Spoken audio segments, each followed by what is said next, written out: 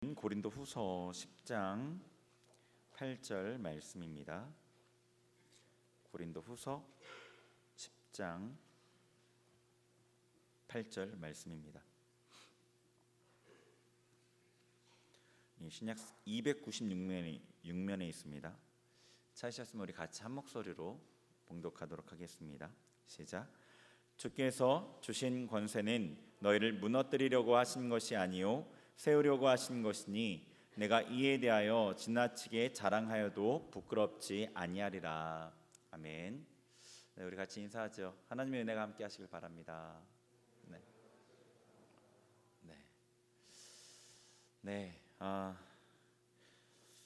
오늘 원래 이제 우리가 사랑에 대한 말씀을 연속해서 보고 있었는데 오늘은 잠깐 주제를 바꿨습니다. 이 지금 고린도후서 10장 그리고 11장, 12장 이 뒤에 고린도후서에 대한 후서 10장부터 시작한 3장의 말씀은 바울 사도가 자신의 사도권을 변호하는 말씀이에요. 그러니까 바울 사도를 비방하는 자들이 그 고린도 교회에 있었고 그것에서 바울 사도가 자기 사도권을 변호하는 그런 말씀을 이 고린도후서 10장부터 3장에 걸쳐서 전하고 있어요. 이 본문을 선택한 이유는 참 고민을 여러 번 했어요. 제가 많이 기도도 하고 과연 이 말씀을 전하는 게 맞는가를 굉장히 많이 고민을 했는데 저를 위한 게 아니라 우리 공동체를 위해서 이것이 필요하다고 생각을 했어요. 그러니까 사도 바울이 자기 사도권을 변호했다는 건 자기가 사도라는 권한이 있다는 것을 이제 고린도 교인들에게 이렇게 변호한 거거든요. 근데 그것은 자신을 위한 게 아니었거든요. 고린도 교인들을 위해서 그들을 위해서 그렇게 변호했던 거거든요. 그래서 이 말씀이 생각이 나서 전해야 되겠구나라는 마음을 먹게 되었습니다. 최근에 청년반에 이제 그 담당 목사인 저를 비방하는 얘기들이 있었어요. 이제 그 비방의 내용은 뭐 여러 가지 몇 가지가 있는데 제가 가장 문제시 생각했던 건 뭐냐면 제가 이단이다라는 얘기를 했던 거예요. 그게 가장 제가 심각하게 생각했던 부분입니다. 저를 개인적으로 뭐 싫어할 수도 있고 저의 설교에 어떤 분이 마음에 안 들 수도 있는데 이렇게 이단이다라는 단어를 써서 저를 지칭한 것은 굉장히 큰 문제다라고 저는 생각을 했고 공동체의 어떤 분열을 초래할 수 있는 문제라고 생각이 들었습니다. 굉장히 심각하게 생각을 했고 이 부분에 대해서 제가 이제 담임 목사님께도 말씀을 드리고 우리 주변에 제가 아는 여러 목사님들 한 5분 정도 한번 이렇게 얘기를 나눴어요. 어떻게 대처를 해야 되는지. 근데 이제 그분들의 얘기가 하나같이 이거는 미온적으로 대처할 부분이 아니다. 굉장히 심각한 문제다라고 동일하게 얘기를 해주셨어요. 그래서 제가 우리 공동체를 위해서 이 얘기를 나누게 되었습니다. 어떤 친구들은 그런 얘기를 들은 친구도 있고 어떤 친구는 듣지 못한 친구도 있겠지만 그것과 상관없이 이것은 앞으로도 우리의 공동체 안에 있을 또 다른 일들을 예비하는 것이며 지금 현재 우리 공동체를 이제 하나 되게 하는 것을 위해서 제가 말씀을 전하기로 했습니다. 이게 만약에 제가 아니라 제 다음에도 어떤 사역자가 오겠죠. 제가 이 교회에 평생 있는 게 아니니까 어떤 사역자가 올 때에도 마찬가지로 이것은 여러분이 마음에 새기고 어떻게 대처해야 되는지 그것에 대해서 주지하는 게 필요할 거라 생각했습니다.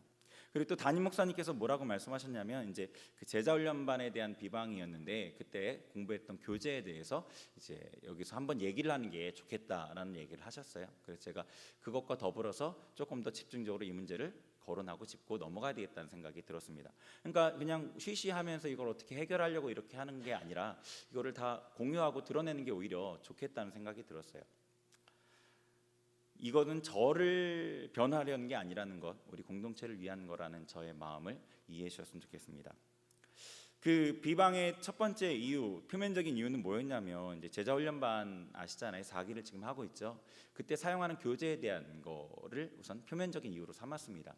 그때 사용하는 교재가 이제 가족 치유, 마음 치유라는 내적 치유를 하는 그 교재가 하나가 있고 그리고 그 이전에는 대적기도라는 책을 사용했었어요. 그 책이 이제 정원 목사님이라는 분이 쓰신 책이고 이번에는 주님의 마음, 주님의 임재 속으로라는 그 동일한 저자의 책도 같이 사용했었어요.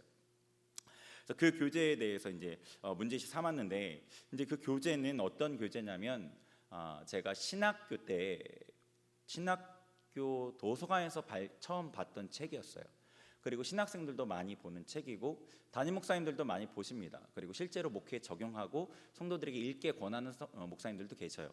물론 그 책 안에 치우친 부분이 있어요. 그리고 저도 동의할 수 없는 부분이 있고, 그래서 제가 그 책에 대해서는 이런 것들이 위험하고 조심스럽게 봐야 된다. 그래서 혼자 보기보다는 지도를 받고 보는 게 좋다라는 얘기를 제자훈련 기간 동안에 계속 얘기를 했고, 좀 치우친 부분에 대해서는 제가 이거는 아니다, 이런 거는 이렇게 생각하는 게 좋다라는 얘기를 했었습니다. 그러니까 제자훈련한 친구들이 그런 건 다 알죠.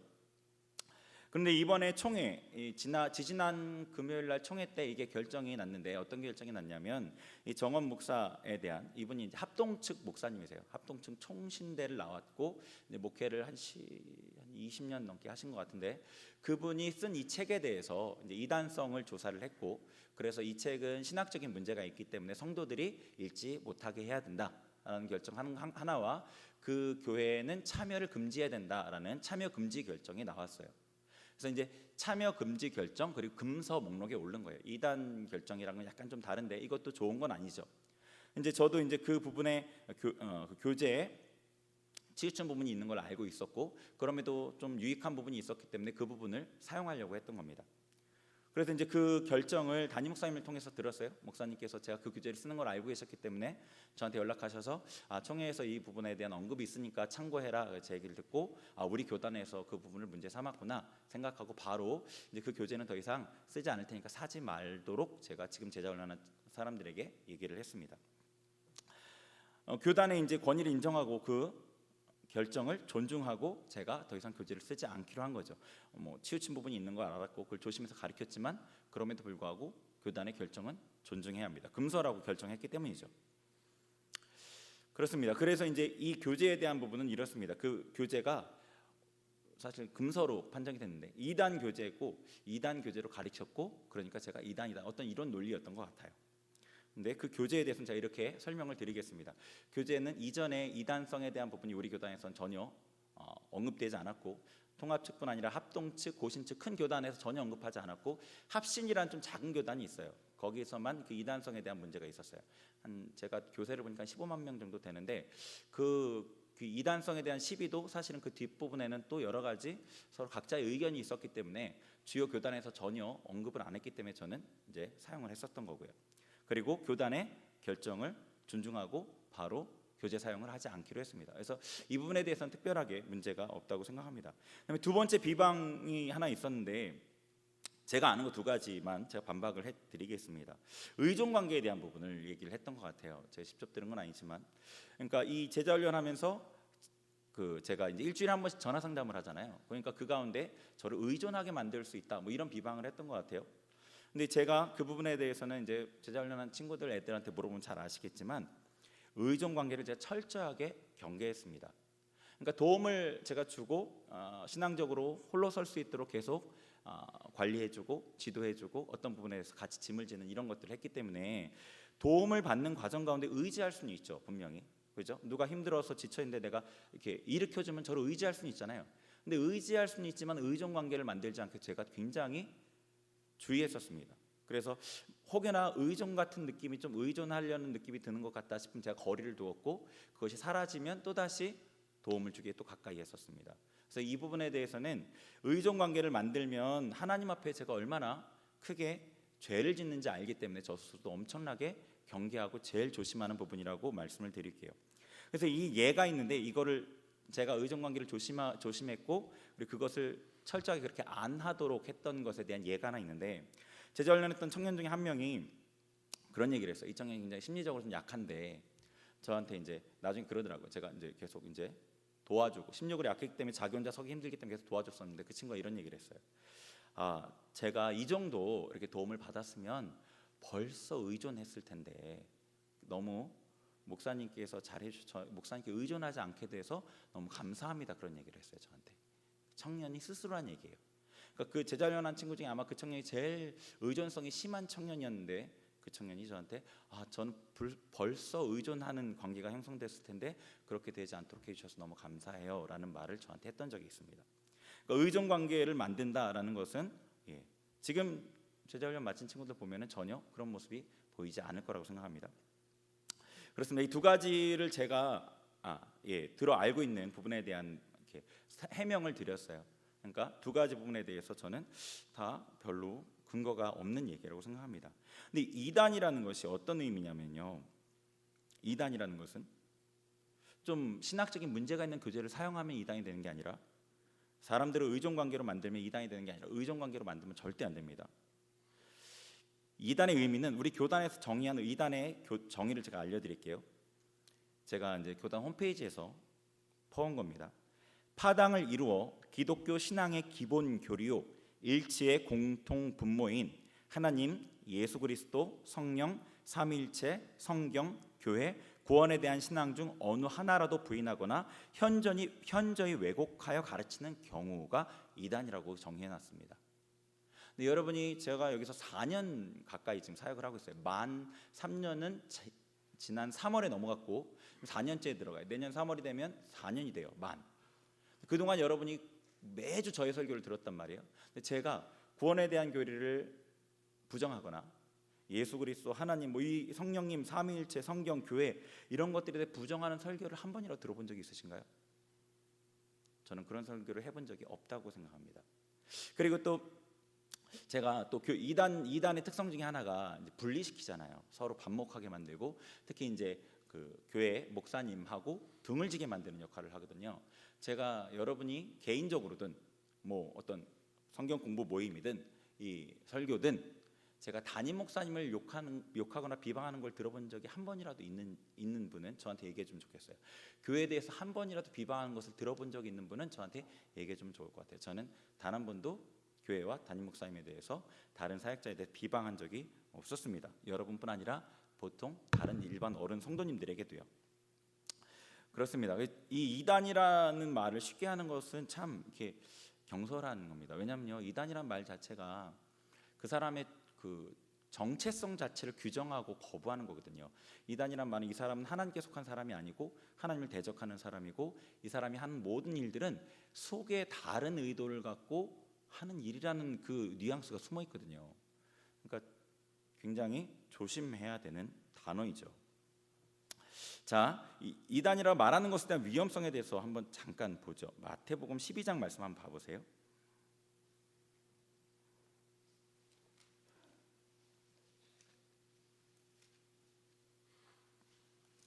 마태복음 12장 24절 보겠습니다.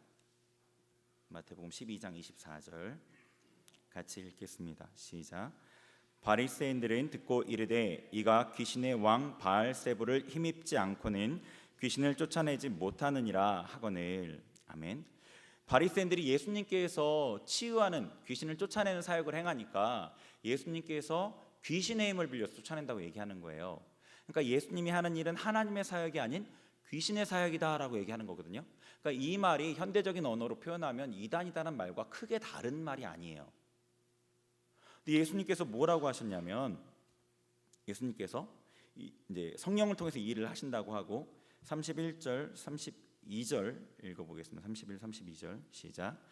그러므로 내가 너희에게 이르노니 사람에 대한 모든 죄와 모독은 사하심을 얻되 성령을 모독하는 것은 사하심을 얻지 못하겠고, 또 누구든지 말로 인자를 거역하면 사하심을 얻되 누구든지 말로 성령을 거역하면 이 세상과 오는 세상에서도 사하심을 얻지 못하리라. 아멘. 무슨 얘기냐면 예수님께서 성령을 힘입어서 지금 이 사역을 하고 있는데, 그 사역이 귀신에게 속한 것이다라고 하는 것은 성령의 사역을 모독하고 거절하는 거라는 뜻이에요. 그리고 그게 얼마나 큰 죄인지를 예수님께서 지금 말씀하고 계시는 겁니다. 그러니까 이 말은 굉장히 위험한 말이죠. 자, 그리고 33절도 읽어볼게요. 33절 시작. 나무도 좋고 열매도 좋다 하든지 나무도 좋지 않고 열매도 좋지 않다 하든지 하라. 그 열매로 나무를 아느니라. 아멘. 분명한 기준을 얘기해 주시는 거예요. 열매를 통해서 분별한다는 거예요. 열매. 예수님께서 귀신을 쫓아내는 그 현상만을 보고 말하지 말아라. 귀신이 쫓겨난 다음에 어떤 열매가 이루어졌는지를 봐라라는 거예요. 그러니까 그 사람이 말하는 말보다 사실 더 중요한 것은 그 사람을 통해서 어떤 일이 일어나느냐는 거예요. 아시겠지만, 아신다고 생각을 해요. 제가 온 이후로 청년부가 한 해 한 해 갈수록 우리 청년들이 조금 더 하나님 앞에 기도와 말씀의 힘을 쓰게 되고 하나님 중심의 생각들을 하게 됐던 것들, 그리고 우리 예배 분위기들이 좀 더 하나님께로 모아지게 됐던 것들, 조 모임의 분위기들이 좀 더 신앙적인 분위기로 바뀌었던 것들을 아실 거예요. 부족하나마 하나님께 저를 통해 하신 일이라고 생각을 됩니다. 제 능력으로 한 건 아니지만 하나님께서 부족한 저를 세우시고 사용하셔서 그런 일들을 행했다고 말씀을 드리고 싶어요. 열매를 통해 아는 겁니다. 자, 이렇게 여러분이 어떤 일들을 할 때 자기가 하는 일에 예상되는 결과를 살피고 행동해야 되는 거죠. 예상되는 결과를 살피고 행동해야 됩니다. 여러분이 만약에 교육자에 대해서 어떤 이런 등을 지게 되면 사실은 교육자를 통해 주신 하나님의 은혜를 받을 수가 없게 되겠죠. 하나님께서 담당 어떤 교육자를 세우신 이유는 교육자를 통해서 하나님의 은혜가 흘러가게 하시고 그 은혜가 여러분에게 미치게 하기 위한 거예요. 그래서 여러분이 하나님께서 주신 은혜를 받을 수 없는 그런 손해가 있게 됩니다. 그래서 그런 관계들이 부정적인 어떤 모습으로 흘러갈 때는 그걸 해결하기 위해서 여러분이 어떤 방법을 사용하는 게 좋을 것 같습니다. 그래서 여러분이 만약에 이 생각을 해보세요. 어떤 사람이 이제 뭐 앞으로도 저 아닌 다른 사역자가 세워지더라도 그 사역자에 대해서 이단이다라고 얘기하면 어떤 현상이 일어날지를 생각을 해보세요. 그러면 그 얘기를 듣는 사람들은 처음에 그런 생각이 없었던 사람도 비방하는 말을 들으면 그 마음이 바뀌게 돼요. 그렇잖아요. 누구에 대해서 나쁜 얘기를 듣다 보면은 마음이 좀씩 이상해지거든요. 그 사람 볼 때 좋은 얘기를 들으면 그 사람 볼 때 좋아지고요. 그러면은 뭐 그 사역자가 부족할 수도 있고 뭐 잘할 수도 있지만 그 사역자에 대해 좋은 마음을 갖고 있는 사람들이 있고 또 이 한편에는 안 좋은 마음을 갖는 사람들이 이렇게 형성이 되면 결국에는 공동체가 이렇게 분리가 되게 됩니다. 굉장히 이런 것은 조심해야 되는 거예요. 그럼 어떻게 해야 되느냐? 만약에 정말로 그 사역자가 이단 같다. 뭐 이단일 수도 있겠죠. 가능성은 되게 적지만. 왜냐하면 사역자가 사역을 하려면 신대원을 최소한 3년 이상 공부해야 되고, 그리고 또 그 위에도 이제 전임 사역을 2년 하면서 목사 안수를 또 받아야 되고, 그런 과정을 거치기 때문에 이단이면서 사역하는 거는 굉장히 가능성이 적어요. 저만 해도 14년째 사역을 하고 있거든요. 제가 거쳐온 교회만 해도 지금 5번째 교회예요. 그렇죠? 그럼 어느 정도 공인된 거잖아요. 검증이 된 거란 말이에요. 그러니까 사역자가 여기에 쓸 때에는 사역자 그럴 가능성은 사실 굉장히 적어요. 근데 만약에 진짜 만에 하나 그럴 수도 있죠. 그럼 어떻게 해야 돼요? 뒤에서 이제 청년들하고 목사님이 이단인 것 같아. 그래서 뭔가 이렇게 분위기를 형성하는 게 아니잖아요. 이건 하나님의 방법이 절대 아닙니다. 그럼 어떻게 해야 돼요? 담당 교육자를 찾아가서 말을 하거나, 그게 좀 어려우면 진짜 이단 같은 말할 수가 없겠죠. 그러면 그 권위인 담임 목사님께 말씀을 하거나, 그렇게 하는 게 바른 대처죠. 밑에서 이 다른 서로 청년들끼리 얘기해서 어떤 분위기가 형성돼 버리면은 그 사역자가 뭐 진짜 나쁜지 좋은지를 떠나서 공동체 자체가 나눠지는 그런 일이 생기는 거예요. 제가 가장 걱정하는 건 그겁니다. 공동체가 나눠지는 거. 그게 가장 위험한 거거든요. 그래서 여러분이 어떤 비방을 들었을 때는 비난을 들으면 여러분 마음도 별로 편하지가 않아요. 사역자에 대해서. 사역자와 얘기하는 게 좋아요. 그래서 사역자 해명을 듣고 그 해명이 적절할 때 여러분의 마음이 다시 풀리거든요. 그러니까 그렇게 하는 게 좋고, 그리고 만약에 의심이 생겼거나 뭐 정말 이단 같다 그런 생각이 생겼거나 그랬을 때는 뭐 담당 교육자에게 말하면 좋지만 그게 안 되면 담임 목사님께, 혹은 다른 담당 교육자라도, 담임 목사님 너무 어려우면 다른 교육자라도, 그러니까 그 공동체 안에서 어떤 이렇게 의견이 이렇게 생겨서 하나의 또 다른 의견의 흐름이 생기는 거는 이거는 이게 분리되는 거예요. 파당이 생기는 거예요. 쉽게 얘기해서 절대로 이런 흐름에 여러분이 동참하면 안 됩니다. 공동체를 위한다면 적절한 절차를 꼭 따라가셔야 돼요.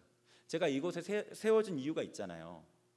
담임 목사님께서 저를 위임한 거란 말이에요. 권한을. 그러니까 담임 목사님 어떻게 교회에 섰냐? 성도들이 권한을 위임했어요. 청빙을 했단 말이에요. 그 권한을 받고 교회를 치리하고 이끄신단 말이에요. 근데 그 담임 목사님이 갖고 있는 그 권한 중에 일부를 저한테 위임한 거거든요. 이 청년 공동체를 지도하도록.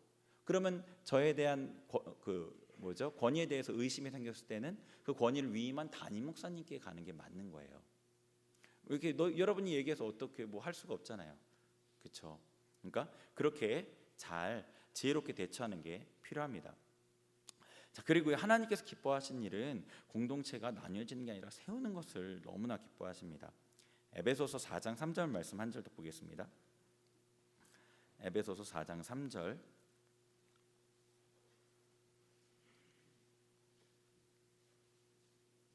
에베소서 4장 3절입니다. 네, 같이 읽겠습니다. 시작. 평안에 매는 줄로 성령이 하나 되게 하신 것을 힘써 지키라. 아멘. 성령께서 하나 되게 하신 것을 힘써 지키라는 게 하나님의 뜻이에요. 하나님께서 성령으로서 우리 각 사람을 불러주셨고 교회로 인도하셨어요. 그리고 우리를 청년 공동체로 모아주셨단 말이에요. 하나 되게 하신 것, 이걸 힘써 지키는 것, 그게 하나님께서 기뻐하신 일입니다. 하나님께서 하나님의 공동체가 세워진 것을 너무 기뻐하셔요. 공동체가 하나님의 뜻 가운데, 하나님의 말씀 가운데, 기도 가운데 세워지는 것, 이걸 하나님께서 너무 기뻐하십니다. 그리고요, 공동체를 세우는데 헌신하는 사람을 너무나 기뻐하셔요. 그럼 반대로 공동체가 하나 되는 것을 방해하는 것에 대해서는 또 하나님께 너무나 싫어하시겠죠. 이것을 너무나 좋아하는데 이것을 방해하는 다른 것을 또 너무나 그만큼 싫어하시는 거예요. 그러니까 여러분이 공동체를 세우는데 헌신하는 그런 사람들이 되길 바랍니다. 그리고요, 하나님께 세우신 권위에 대해서는 무시하는 그 태도를 갖는 것은 좋지 않습니다. 요즘 사회가 권위가 많이 무너져 있는 사회이긴 하지만 하나님 앞에서는 권위가 우선이에요, 사랑보다. 왜냐하면 하나님의 보좌의 기초가 공의라고 하셨어요, 시편에. 권위가 세워져야 그 다음에 사랑이 있는 거거든요. 그러니까 만약에 권위가 세워지지 않았는데 이 사람이 날 함부로 대하는데도 사랑을 베푸는 것은 이용당하는 것과 비슷한 거예요. 깡패한테 매를 맞고 당하면서 돈을 주는 것을 사랑을 베푼다고 생각하는 사람은 없어요. 그죠?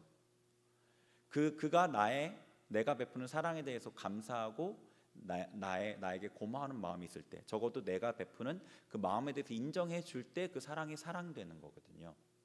그 하나님 앞에 권위가 먼저라는 것을 꼭 이해하셨으면 좋겠고요. 그리고 결코 파당을 만들면 안 됩니다. 청년 공동체 안에 서로 좋아하는 사람끼리 좀 더 가까울 수는 있어요. 근데 가까운 사람들이 이 다른 어떤 모임과 등이 지는 것은 이건 파당이에요. 절대로 그렇게 되면 안 됩니다. 대치되면 절대로 안 돼요. 예. 그리고 하나됨을 지켜가야 되죠. 하나됨을 지켜가야 합니다. 여러분이 이 부분들에 대해서 꼭 이제 인지하셨으면 좋을 것 같아요. 한 번 더 말씀드리고 싶은 것은, 이 말씀을 드린 것은 저를 변호하기 위한 게 아니라는 것을 꼭 말씀을 드리고 싶어요. 뭐 어떤 친구들은 저에 대해서 편한 마음, 불편한 마음이 있는 것을 알고 있어요. 편한 마음이 아닌 것, 불편한 마음 알고 있는 친구 있는 것도 알고, 저희 설교에 대해서 어떤 부분에서 일정 부분 불편해하는 친구들이 있는 것도 알아요. 그거는 이제 어른들 가운데도 그런 분들이 있어요. 제가 이제 말씀 그대로를 전하려고 애쓰면서 조금 메시지가 강한 부분이 있기 때문에 불편해하는 분들이 종종 있죠. 근데 그것에 대해서는 저는 그분의 선택권이라고 생각을 해요. 그 선택권을 존중해요. 저를 좋아하는 것도 그분의 선택이고 싫어하는 것도 그분의 선택이고, 모든 사람이 저를 좋아할 수는 없잖아요. 그걸 충분히 저는 인정하고 존중해요. 그래서 저를 불편하게 생각한다고 제가 그 사람을 미워하진 않아요. 제가 그 사람을 또 미워하고 품는 건 또 저의 선택이니까요. 그래서 그분의 선택을 존중하지만 이것은 다른 문제이기 때문에 제가 어쩔 수 없이 언급을 한 거고요. 수없이 고민했고 수없이 기도했고 또 많은 분들의 조언을 받고 제가 이 말씀을 드린 거기 때문에 조금 더 오해가 없었으면 좋겠고요. 저는 우리 공동체가 하나 되는 것이 방해될까 봐 그것을 조심하기 위해서 말씀을 나누었고, 또 우리 공동체가 사실은 조금씩 이제 지금 뭔가 이렇게 은혜가 좀씩 더 증가하고 있다고 저는 생각이 됐거든요. 근데 그 상황 가운데 이런 일이 일어나는 게 공동체가 흔들려는 어떤 그런 영적인 게 있지 않을까라는 생각도 했었어요. 그래서 여러분이 제가 오늘 나눈 말씀 잘 기억하시고, 저뿐 아니라 다음에 어떤 사역자가 오더라도 그 사역자에 대해서도 이런 마음으로 어떤 비방이 있을 수도 있고 어떤 문제가 있을 수도 있을 때 이렇게 대처하시면 좋을 것 같아요. 그래서 또 다른 권위에게 요청을 하고, 그래서 공동체가 나눠지는 것을 조심하는, 그렇게 하시면 좋겠습니다. 아멘. 네, 그래요. 감사합니다. 우리 잠깐 기도하죠. 네, 찬양하고 기도할게요. 하나님은 우리의 피난처가 되시며.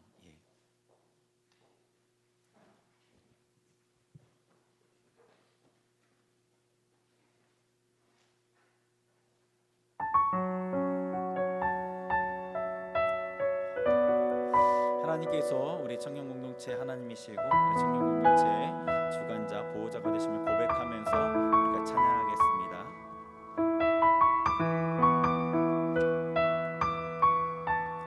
하나님의 우리의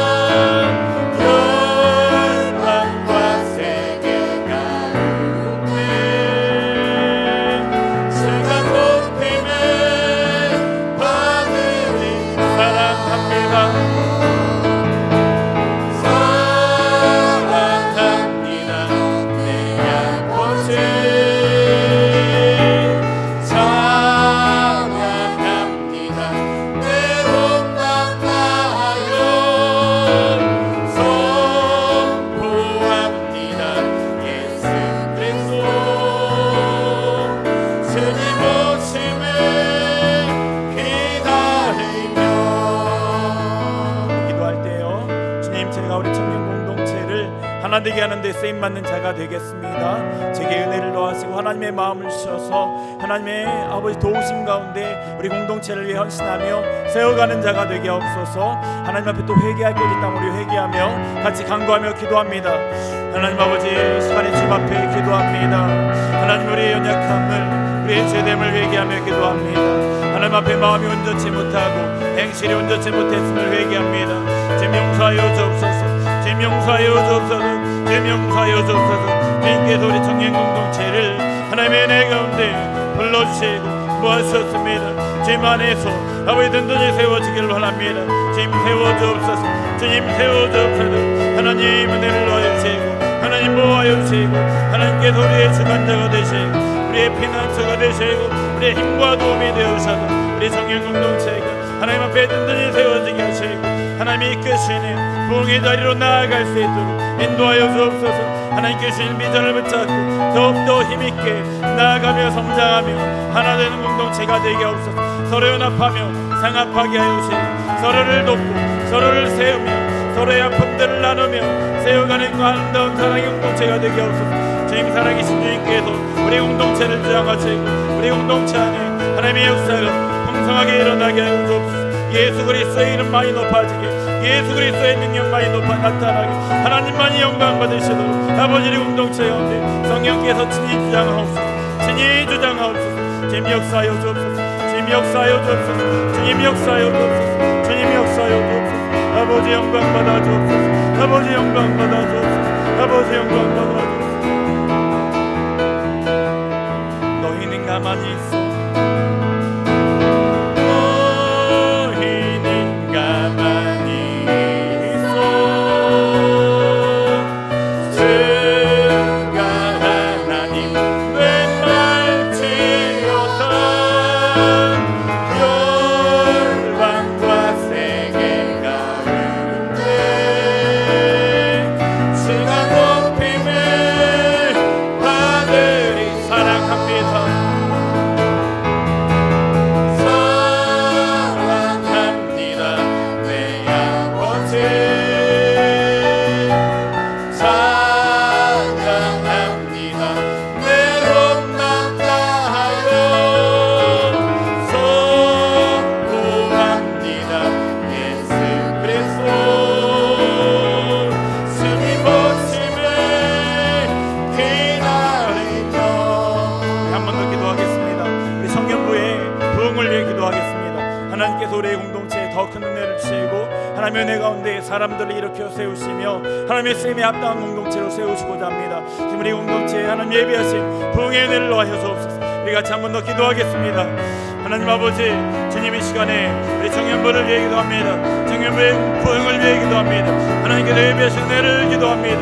아버지, 우리 아버지 청년들을 일으켜 세우심을 감사합니다. 한 명 한 명 일으켜 세우심을 감사합니다. 더 많은 청년들이 하나님의 은혜의 강파로 하나님께로 가까이 나아가 아버지 그들의 삶이 하나님께 드려지면 하나님 중심의 삶으로 나아올 수 있도록 주님 역사하여 주옵소서. 주님 역사하여 주옵소서. 임하여 주옵소서. 주님 우리의 공동체 가운데 실현은 부흥의 은혜를 더하여 주옵소서. 성장하게 하여 주옵소서. 하나님의 일들을 감당할 수 있는 성장된 성숙한 공동체가 되게 하옵소서. 하나님의 영광이 풍성히 나타나는 공동체 되게 하옵소서. 주님 하나님의 은혜를 바랍니다. 하나님의 능력을 바랍니다. 우리 가운데 하나님의 놀라운 은혜가 충만하게 나타나도록 주 역사하여 주옵소서. 주여 역사하여 주옵소서. 주여 주여 주여 아버지 하나님의 은혜를 간구합니다. 하나님의 은혜를 기다립니다. 하나님 예정하신 은혜를 우리 가운데 풍성하게 부어소서. 풍성하게 부어소서. 풍성하게 부어주옵소서. 아버지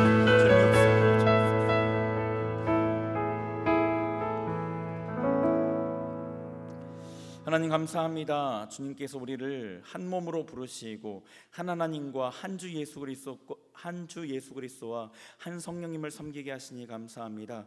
주님께서 하나 되게 하신 것을 힘써 지키며 한 마음과 한 뜻으로 주님을 섬기는 귀한 공동체로 세워 주옵소서. 감사드리며 예수님의 이름으로 기도합니다. 아멘. 우리 준비하신 예물 주님께 드리겠습니다.